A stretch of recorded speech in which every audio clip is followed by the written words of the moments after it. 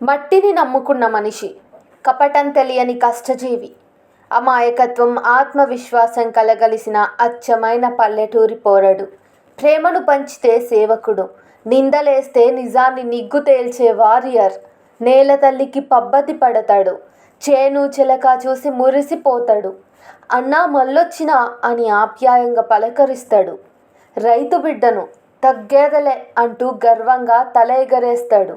మనసులో సున్నితత్వం, మనిషిలో మొరటుతనం, కానీ అణువణువున ఏదో సాధించాలన్న కసి. అందుకే తన గెలుపు ప్రయాణానికి పొలం గట్లే మొదటి మెట్లయినాయి. సెలబ్రిటీలు, ఫిలిం స్టార్లతో నిండిన బిగ్ బాస్ ఇంటికి ఆ పొలాలే దారులేసినాయి. అయినా 105 రోజుల తన బిగ్ బాస్ జర్నీ సాఫీగా సాగలే. అడుగడుగున అవమానాలే. నడక మీద, నడత మీద, భాష మీద, భావం మీద దాడి చేసిండ్రు. కానీ అవమానాలు లెక్క చేయలే. అవహేళన చేసిన ఆగిపోలే. జట్టు కట్టి దాడి చేసినా గట్టిగా నిలబడ్డాడు. రైతు బిడ్డగా ఆత్మ గౌరవాన్ని, తెలంగాణ బిడ్డగా పౌరుషాన్ని బరాబర్ చూపెట్టిండు. అందుకే కోట్లాది హృదయాలు గెలిచిండు.